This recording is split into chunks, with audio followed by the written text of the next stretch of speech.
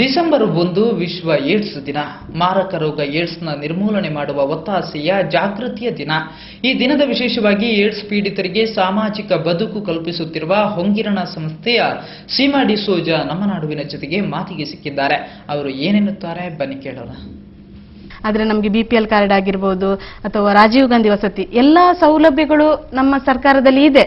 ಆದರೆ ಅದನ್ನು ನಮಗೆ ಅಂತ ಕೊಡುವವರು ಯಾರು ಇಷ್ಟು ತನಕ ಮುಂದೆ ಬರ್ತಾ ಇಲ್ಲ.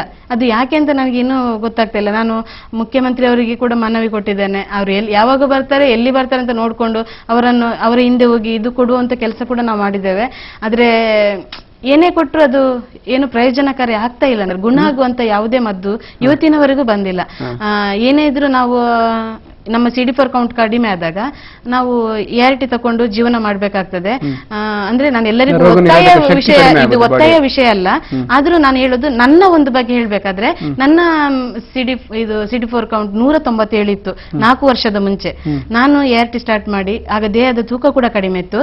ಆದ್ರೆ ಈಗ ದೇಹದ ತೂಕ ಕೂಡ ಜಾಸ್ತಿ ಇದೆ, ಮತ್ತೆ ಒಳ್ಳೆ ರೀತಿ ಆರೋಗ್ಯಕರವಾದ ಜೀವನ ಮಾಡ್ತಾ ಇದ್ದೇನೆ ART ತಕೊಂಡು. ನನ್ಗೆ ಯಾವುದೇ ಕಾಯಿಲೆ ನನ್ನ ಹತ್ರ ಬಂದಿಲ್ಲ ಇಷ್ಟು ತನಕ.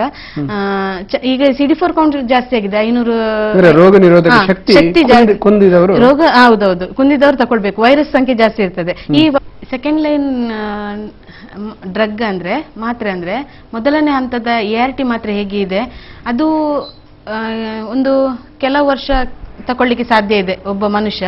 ಅದರ ನಂತರ ಈ 2ನೇ ಹಂತಕ್ಕೆ ಹೋಗ್ಬೇಕಾಗ್ತದೆ. ಇದನ್ನು ನಿರ್ಧಾರ ಮಾಡುದು ವೈದ್ಯರು. ಅವರು ಹೇಳಿದ್ರೆ ಇದನ್ನು ಪ್ರಾರಂಭ ಮಾಡಲೇಬೇಕಾಗ್ತದೆ. ಈ ಒಂದು ART ಯನ್ನು ನಾವು ತಗೊಳ್ಬೇಕಾದ್ರೆ ನಮಗೆ ಸುಮಾರು ತಿಂಗಳಿಗೆ 4-5 ಸಾವಿರ ಖರ್ಚಿದೆ. ಆದರೆ ಯಾವುದೇ ಒಬ್ಬ ವ್ಯಕ್ತಿಗೆ ಇದನ್ನು ತಗೊಳ್ಳಿಕ್ಕೆ ಸಾಧ್ಯ ಇಲ್ಲ.